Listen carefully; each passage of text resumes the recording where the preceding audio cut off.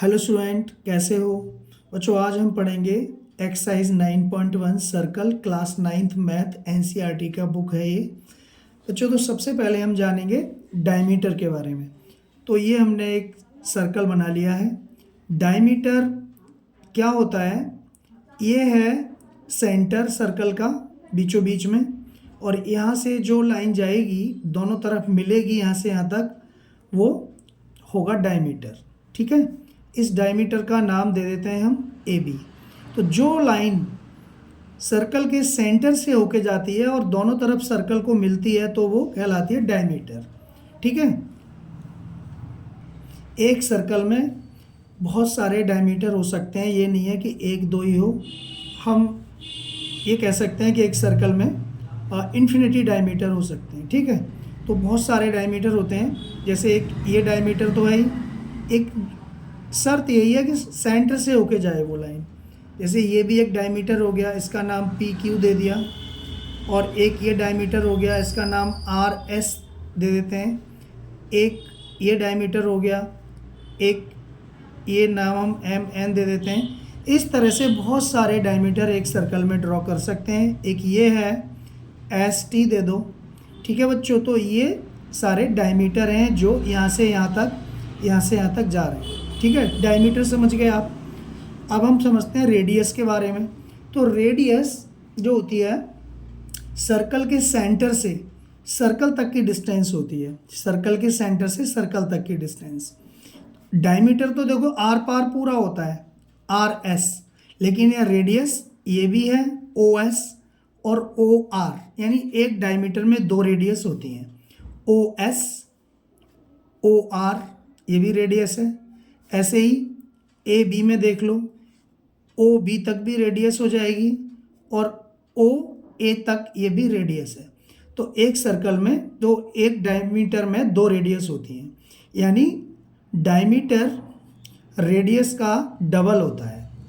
तो डायमीटर क्या होता है? रेडियस का डबल। तो हम इसको लिख सकते हैं diameter equal to 2 into radius, और रेडियस डायमीटर की हाफ होती है। रेडियस डायमीटर की हाफ होती है, तो radius equal to diameter upon 2। ठीक है, तो दो बातें आप समझ गए कि रेडियस डायमीटर की हाफ होती है और डायमीटर रेडियस का डबल होता है। जैसे मान लो रेडियस अगर 10 है तो डायमीटर 20 हो जाएगा, और डायमीटर अगर 50 है तो रेडियस 25 यानी 25 हो जाएगी, हाफ हो जाएगी।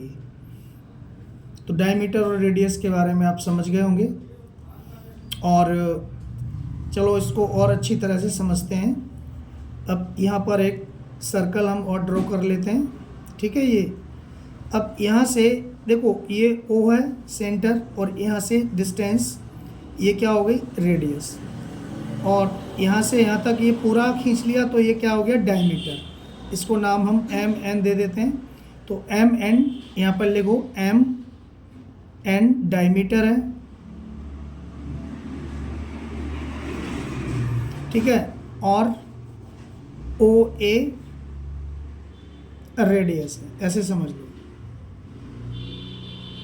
ठीक, तो रेडियस और डायमीटर में डिफरेंस आप समझ गए होंगे। अब हम दूसरी चीज़ समझते हैं। चलो डायमीटर की डेफिनेशन लिख लेते हैं। डायमीटर से पहले, डायमीटर के बाद हम डायमीटर की डेफिनेशन ना करके हम एक चीज़ समझते हैं बच्चों, कोड क्या होती है। दूसरी चीज़ कोड। अब आप एक कोड समझ लो। यहाँ पर एक सर्कल हमने ड्रॉ कर लिया ये। ठीक है, सर्कल में ये जो लाइन खींची है हमने, ये कहलाएगी कोड। जैसे ए बी, ये भी कोड हो गई, पी क्यू। मतलब कोड वो लाइन सेगमेंट होता है जो सर्कल को दो पॉइंट पर मिलाता है। तो ये भी कोड है, ये भी कोड है, और डायमीटर सबसे लंबी कोड होती है। डायमीटर ये सेंटर है होगा, तो एम एन डायमीटर भी है और एम एन कोड भी है। ठीक है, ये भी कोड है, ये भी कोड है, तो ये सारी कोड है। ठीक, अब एक दोबारा समझ लो। तुम ये समझ रहे होगे कि कोड ऐसी होती है, कोड ऐसी भी हो सकती है, ये भी सारी कोड है। यहाँ सेंटर मान लो, तो इस तरह से सेंटर से लाइन जाने वाली लाइन कोड होती, कोड भी होती है और डायमीटर भी होता है, तो ये सारी कोड है, ठीक है। पर ये डायमीटर भी है और कोड भी है। यानी डायमीटर वो कोड होता है ना जो सेंटर से जाता है, हम इस तरह से भी समझ सकते हैं। तो ये कोड्स हैं, CHORDS, CHORDS, ठीक है। डायमीटर और कोड समझ गए होंगे आप। तो कोड वो लाइन होती है, लाइन सेगमेंट होता है जो सर्कल को दो पॉइंट पर ज्वाइन करता है, एक पॉइंट यहाँ और एक यहाँ, एक यहाँ और एक यहाँ। ये नहीं है बीच में अगर ऐसे कर दोगे, खींच दोगे कि ये ही कोड हो जाएगी, ऐसा कोड नहीं होगा, ठीक। तो कोड और डायमीटर में समझ गए। अब हम डायमीटर की डेफिनेशन लिखते हैं, फिर आपको समझाते हैं। तो बच्चों मैंने डायमीटर, कोड और रेडियस इसकी डेफिनेशन लिखी हुई है, आपको अब समझाता हूँ मैं एक बार डेफिनेशन के हिसाब से। ए डायमीटर इज़ द कोड्स नहीं, कोड लिख लो, ठीक है। ए diameter is the code which passes through the centre of the circle. Diameter is the longest code. तो एक डायमीटर वो कोड है जो सर्कल के सेंटर से पास होती है। जैसे मैंने बताया ये लाइन सर्कल के सेंटर से पास होती है, ये डायमीटर है, ठीक है। ये बात अलग है कि ये कोड भी है, पर सबसे लंबी लाइन जो सेंटर से पास होती है वो डायमीटर होता है। इससे लंबी लाइन न तो ये है, न ये है, न ये है, न ये, सबसे लंबी है ये। तो डायमीटर वो लाइन होती है जो सर्कल के सेंटर से पास होती है और सर्कल के दोनों पॉइंट्स पे मिलती है, ठीक है। कोड क्या होती है? कोड हिंदी में से जीवा बोलते हैं। A line segment joining any two point on the circle. एक लाइन सेगमेंट जो किन्हीं दो पॉइंट को सर्कल से जोड़ता है। किन्हीं दो पॉइंट मतलब ये भी, किन्हीं में तो ये भी आ गया, ये भी आ गया, ये भी आ गया, ये भी आ गया, ठीक। तो ये भी, ये भी, ये सारी कोड है, ठीक है ना। पर सबसे लंबी लाइन ये जो डायमीटर है वो कोड भी है। तो आपसे क्वेश्चन पूछा जा सकता है कि सबसे लंबी कोड कौन सा होता है, सबसे लंबी कोड को क्या बोलते हैं? तो वो डायमीटर होता है सबसे लंबा कोड, ठीक है ना।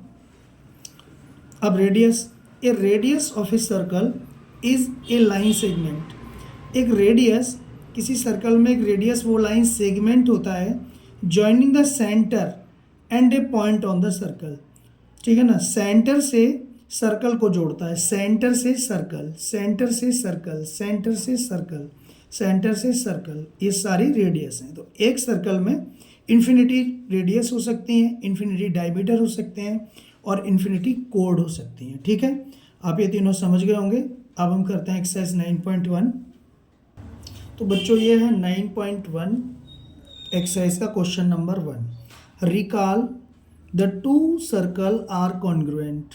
दो सर्कल कॉन्ग्रुएंट हैं if they have same radii, यदि उनकी रेडियस सेम हो। Radii is the plural of radius, यानी रेडियाई जो होता है वो रेडियस का प्लूरल है, ठीक है। Prove that the equal codes of a congruent circle. Congruent circle की जो इक्वल कोड्स होती हैं वो इक्वल एंगल बनाती हैं सेंटर पे। तो ये इसका मतलब है, equal codes of a congruent circle subtend equal angles at the centre, ठीक। तो यहाँ पर हम दो सर्कल बनाएंगे क्योंकि क्या लिखा है ना, रिकॉल टू सर्कल। तो ध्यान रखना बच्चों, ये जो सर्कल हैं दोनों कॉन्ग्रुएंट सर्कल हैं, इट मीन्स इनकी रेडियस इक्वल है। Congruent circle means radius are equal, ठीक।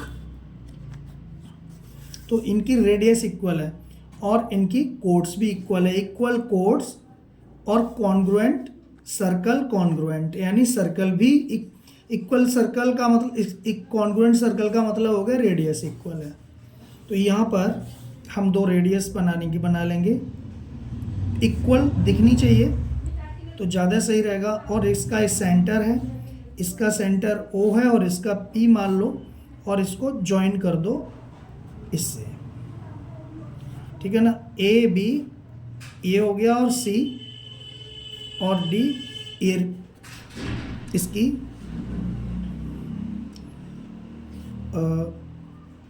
कोड हो गई, ठीक है।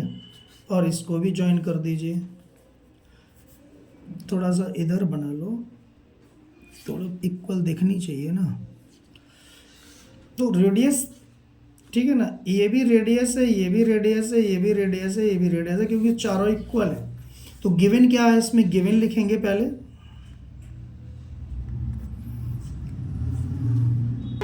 तो बच्चों मैंने गिवन लिखा है ये 2 कॉन्ग्रुएंट सर्कल, 2 सर्कल कॉन्ग्रुएंट है। इसका मतलब क्या है कि इनकी जो रेडियस है ना वो इक्वल है। O A equal to P C, O A equal to P C, ठीक है। ये इसके बराबर तो है ही, लेकिन हम जब कॉन्ग्रुएंट करेंगे ना दोनों सर्कल को, तो हमें ये इसके इक्वल प्रूव कर वो ये इसके इक्वल रखना पड़ेगा, और ये इसके इक्वल रखना पड़ेगा, और ये इसके इक्वल, ठीक है ना। इसलिए मैंने ये इसके इक्वल ले लिया, यानी इक्वल तो चारों ही हैं ये।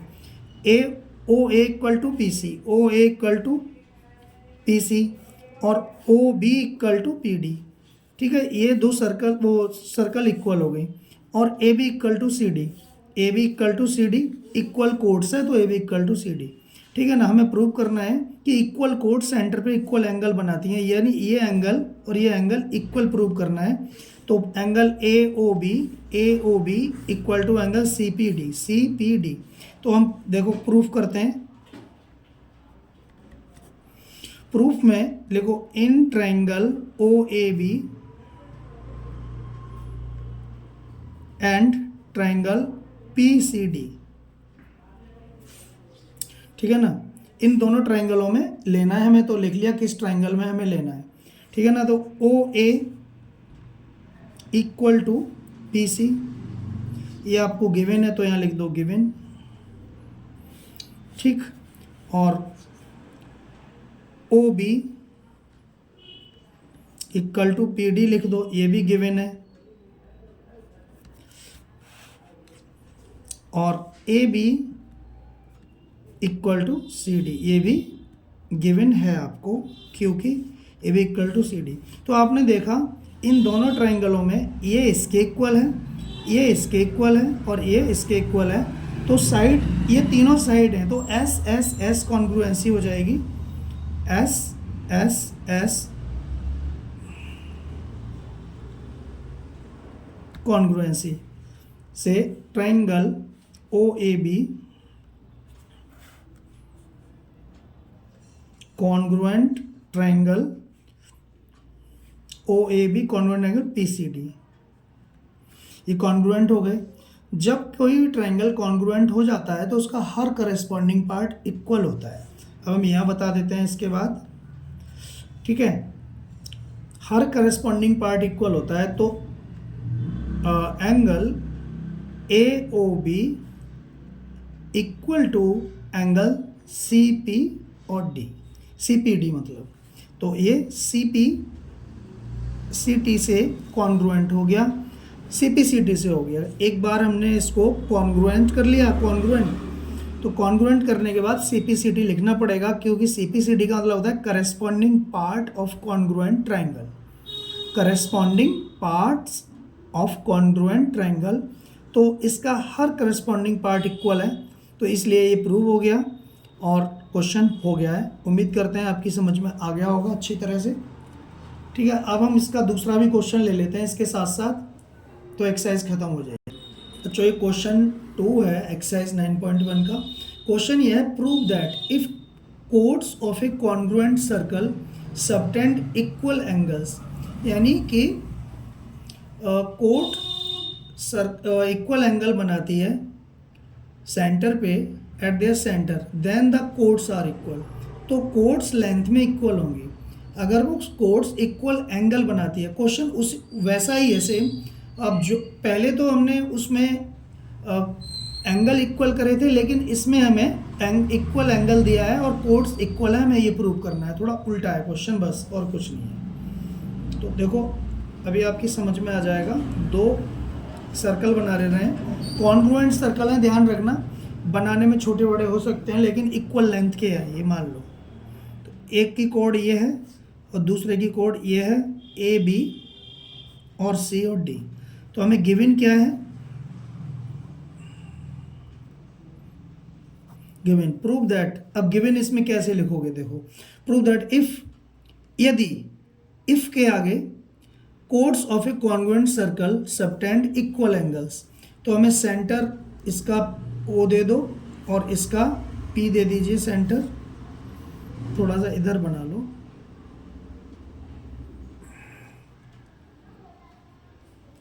ठीक है, ये ओ और पी है। अब हमें क्या गिवन है, इक्वल एंगल्स गिवन है एक तो सर्कल में, तो इसमें लिख दो a circle, two circle are congruent, दो सर्कल कॉन्ग्रुएंट है, और कॉन्ग्रुएंट का मतलब उनकी रेडियस इक्वल है। तो इसमें रेडियस इक्वल है तो O A equal to P C और O B equal to P D, ये रेडियस इक्वल है। इक्वल रेडियस का मतलब ये, एक कॉन्ग्रुएंट सर्कल का मतलब ये है। और दूसरी चीज़ दी हुई है हमें, angle A O B equal to angle C P D. ये चीज़ हमें दी हुई है। कॉन्ग्रुएंट सर्कल है यानी रेडियस तो इक्वल है ही, और आपको दिया हुआ है कि दो जो सेंटर पे एंगल बन रहे हैं वो इक्वल हैं। तो हमें प्रूव करना है कि ये जो कोड है वो इक्वल होगी। पहले हमें ये इक्वल प्रूव करने थे और हमें इक्वल कोड दी थी। अब हमें एंगल इक्वल दिए हुए हैं और हमें इक्वल कोड प्रूव करनी है। तो बहुत इजी है, गिवन हो गया। अब गिवन में आप सारी चीज़ नहीं लिखते हैं, आप मेन चीज़ लिख दिया करो गिवन में। टू प्रूफ क्या प्रूव करना है,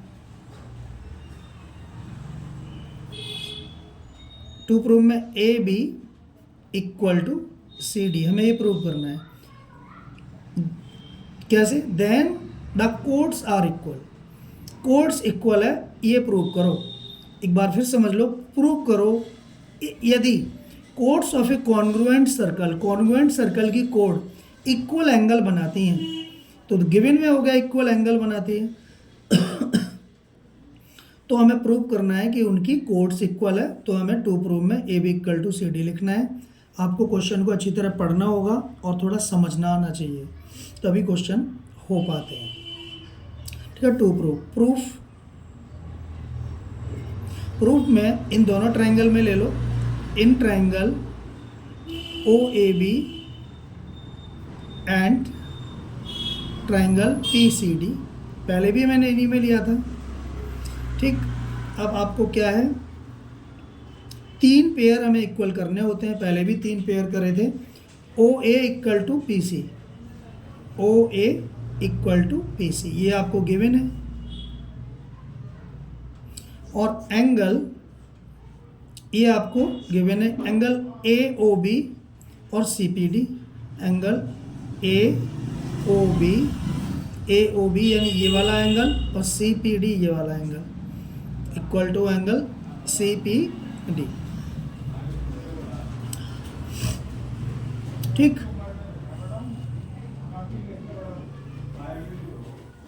तो आपको ये प्रूव करना है। तो ठीक है, दो चीज हो गई, क्या हो गया, O A equal to P C और ट्रायंगल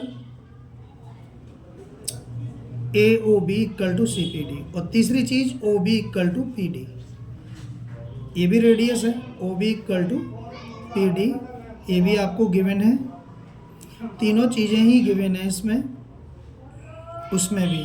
तो कौन सी कॉन्ग्रुएंसी हो गई, साइड एंगल साइड, ये साइड है, ये साइड है, ये एंगल है और ये साइड है।